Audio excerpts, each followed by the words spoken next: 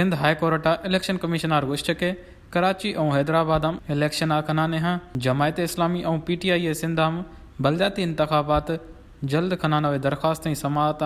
Sindh high court दुरकनी bench rangers और IG Sindh एहलकार मजमूई तादाद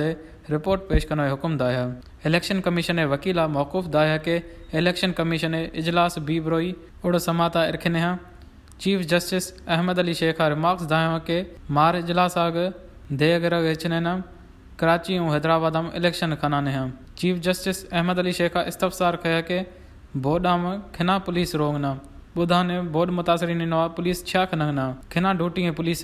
कोई यख हल्का बुधाने हमादा पुलिस बोर्ड मुतासरीन लाए ऑपरेशन खनगना छिखर मजमूई नफरी सिंधाम बुधाने पुलिस खिनादा खिनादा तैनात न जस्टिस यूसुफ अली सैयदा इस्तफसार कह के इलेक्शन बार बार मुलतवी चलाए कनगे हाँ सिक्योरिटी मसलो न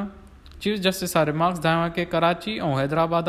इलेक्शन छलाए न खना नगे शुमे जिम्मेदारी के इलेक्शन खनाने हाँ इलेक्शन कमीशन वकीला मौकूफ दाया के जी मोकले वजह इजलास न भी सके है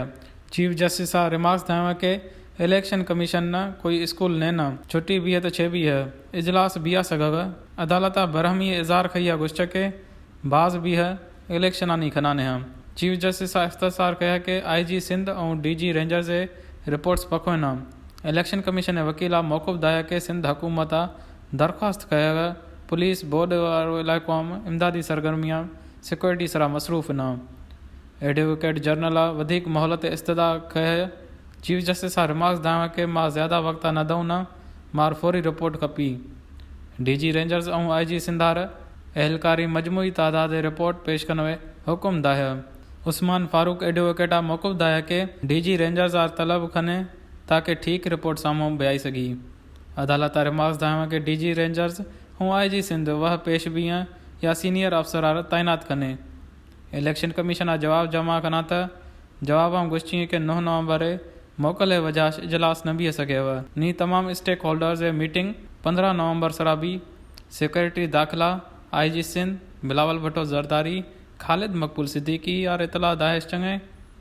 चीफ सेक्रेटरी सिंध इमरान खान और हाफिज नईम रहमान अरबी शिरकत लाए घुरां तंगे अदालत समात 14 नवंबर ताईं मुलतवी कया। वश न्यूज़ कराची।